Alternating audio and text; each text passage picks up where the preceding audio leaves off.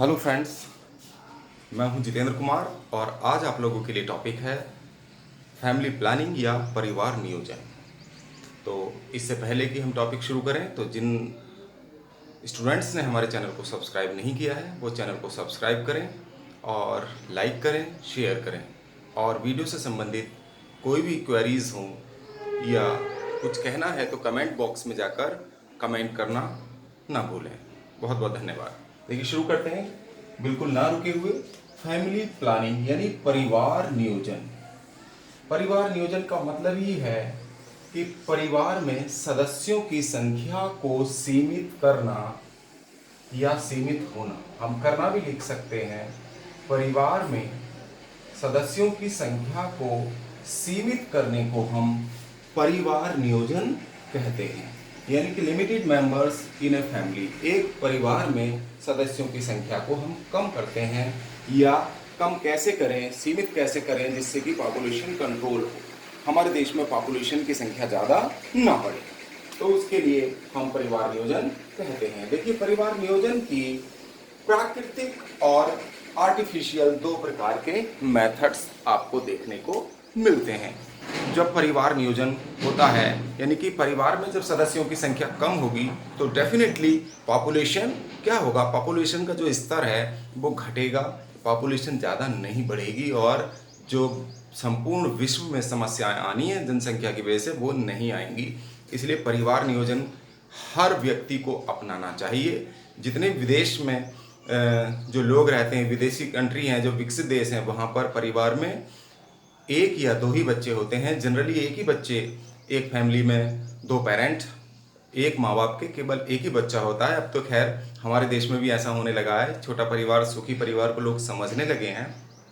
और हम दो हमारा एक का नारा भी शहर के या सिटीज़न जो हैं, शहरी सिटीजन, अर्बन एरिया में रहने वाले लोग ही नहीं बल्कि गांव देहात के लोग भी अब इस बात को समझ रहे हैं और हम दो हमारा एक में विश्वास रखने लगे हैं। क्योंकि छोटे परिवार से बहुत प्रॉब्लम्स दूर हो जाती हैं और छोटा परिवार सुखी परिवार होता है, उसमें खुशियां ही खुशियां होती हैं। चलिए देखते हैं। देखिए, छोटे परिवार को या सीमित परिवार को हम कैसे कर सकते हैं। तो नेचुरल मेथड्स हैं, इन पर देखिए चर्चा करने से हम इंडियंस, कम से कम हम भारतीय लोग तो बहुत कतराते हैं कि हम इन चीज़ों पर चर्चा ना करें, लेकिन यहाँ चर्चा करना बहुत आवश्यक हो गया। जब तक हम ये नहीं जानेंगे तो हम फैमिली प्लानिंग नहीं अपना पाएंगे।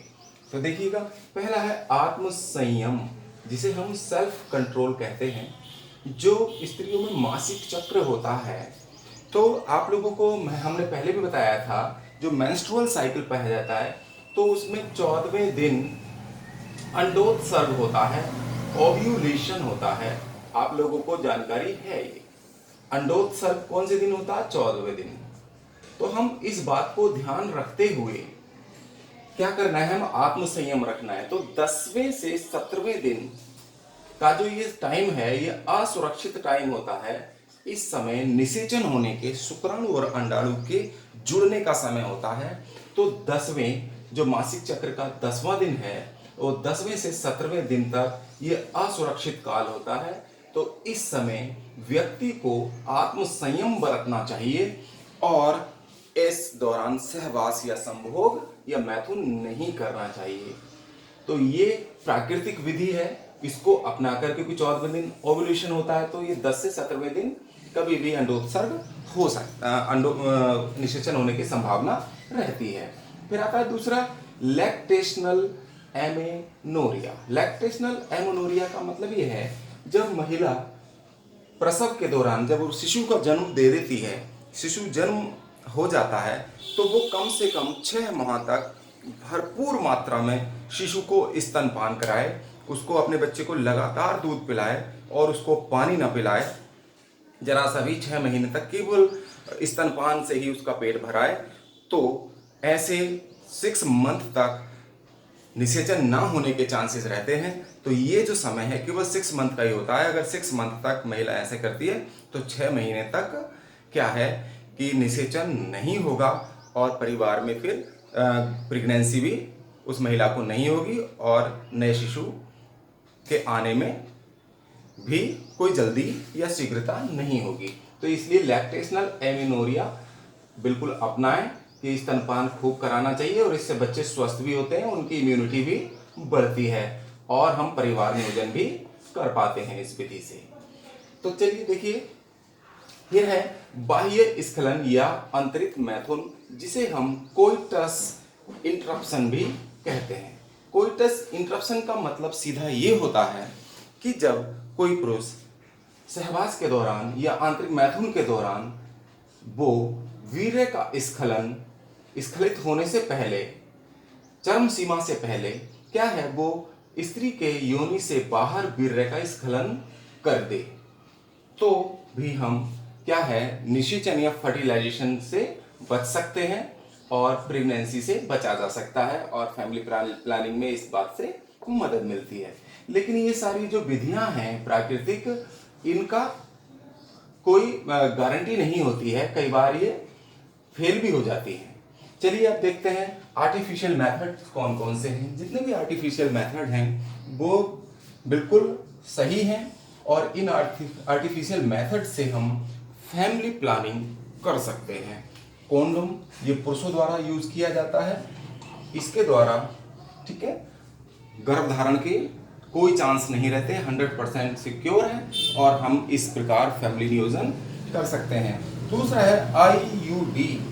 आईयूडी में क्या होता है, जो इंट्रा यूटेराइन डिवाइस कहते हैं इसको और कॉपर टी के नाम से भी जाना जाता है और हिंदी में इसको अंतःगर्भाशय युक्ति कहते हैं। ये स्त्री की योनि में एक टी आकार की तांबे की ट्यूब होती है जिसको प्रविष्ट करा दिया जाता है और ये क्या करता है, तांबा यानी कॉपर आयन रिलीज करती है और ये फर्टिलाइजेशन को रोकती है। फर्टिलाइजेशन को रोकने का काम करते हैं कॉपर आयन। तो कॉपर जो है फर्टिलाइजेशन को रोकते हैं, तो इसलिए ये महिलाओं के लिए डिवाइस है कॉपर टी, ये काफ़ी लोकप्रिय है भारत में। और फिर आता है LNG-20। LNG-20 हार्मोन मोचक एंजाइम होता है और ये क्या है, यूटेरस के जो सर्विक्स है उसको स्पर्म रोधी बनाती है, यानी कि स्पर्म को डैमेज करने का काम ये करती है। स्पर्म का एग से फर्टिलाइजेशन को रोकने का काम ये करती है। फिर आता है पिल्स। ये पिल्स जो होती हैं टेबलेट्स, गोलियां होती हैं जो महिलाओं द्वारा यूज की जाती हैं, जैसे मालाडी बाजार में मिलती है, आई पिल्स हैं या अनवांटेड 72। ये तो निरंतर खानी पड़ती हैं, लेकिन कोई भी इनको जब भी कोई भी महिला यूज करे तो ये डॉक्टर्स की या लेडी डॉक्टर की सलाह से ही इनका प्रयोग करे, तो भी हम प्रेगनेंसी से बच सकते हैं और फैमिली प्लानिंग कर सकते हैं। अब आता देखिए नेक्स्ट, अगला जो आर्टिफिशियल मेथड है फैमिली प्लानिंग का वो है स्टेरिलाइजेशन यानी कि बंध्याकरण। इसमें क्या होता है, पुरुष की नसबंदी को हम वैसेक्टोमी, दो विधियां हैं, पुरुष की नसबंदी को हम कहते हैं वैसेक्टोमी और महिलाओं की नसबंदी को हम कहते हैं ट्यूबेक्टोमी, इनके नाम है। इसमें क्या होता है, देखिए पुरुष नसबंदी में जो स्पर्म है, स्पर्म से निकलने वाली ये जो शुक्र वाहिनियां होती हैं इनको क्या कहते हैं, वेस डिफरेंस शुक्र वाहिनियां। तो इनको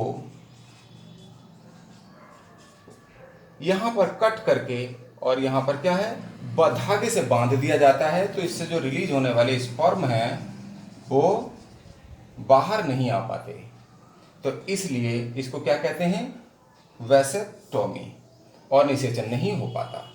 और जो ट्यूबेक्टोमी है, ट्यूबेक्टोमी में क्या है, जो अंडाशय से निकलने वाली, ये अंडाशय है, ये टेस्टिज हुआ पुरुषों में और ये ओवरी है महिलाओं में, तो ओवरी से निकलने वाली जो ओविडक्ट है फैलोपियन ट्यूब, इसको कट करके यहाँ पर बांध दिया जाता है और इसको हम महिलाओं की नसबंदी कहते हैं। यहाँ से जो एग है अब अंडा से जो फैलोपियन ट्यूब में आएगा वो नहीं आ पाता, ठीक है, गर्भाशय तक नहीं पहुँच पाता या फैलोपियन ट्यूब में पहले से ही बंध जाता है, तो इसको हम ट्यूबेक्टोमी या महिला नसबंदी या महिला नलबंदी कहते हैं। तो आप लोगों ने समझा होगा, ये पूछा भी जाता है कि पुरुष नसबंदी को क्या कहते हैं और महिलाओं की नसबंदी को क्या कहते हैं। तो आज आप लोगों को डेफिनेटली टॉपिक समझ में आया होगा। आप लोग हमारे चैनल को जिन्होंने सब्सक्राइब नहीं किया है तो सब्सक्राइब करें, लाइक करें और शेयर करें। आपका बहुत बहुत धन्यवाद। आपका मंगल हो।